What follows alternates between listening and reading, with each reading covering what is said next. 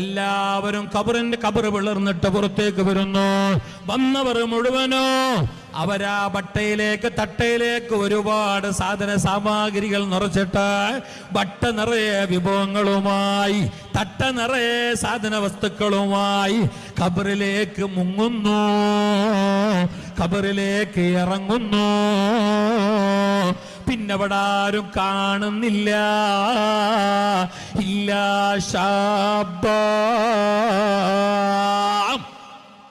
ഒരു ബാല്യക്കാരനെ അല്ലാതെ ഒരു ചെറുപ്പക്കാരന്, സുന്ദരനായ ഒരു ബാല്യക്കാരന്, 18 കഴിഞ്ഞൊരു ചെറുപ്പക്കാരന്, അയാളെ മാത്രം ഖബറിന്റെ പുറത്ത് നിൽക്കുന്നുണ്ട്.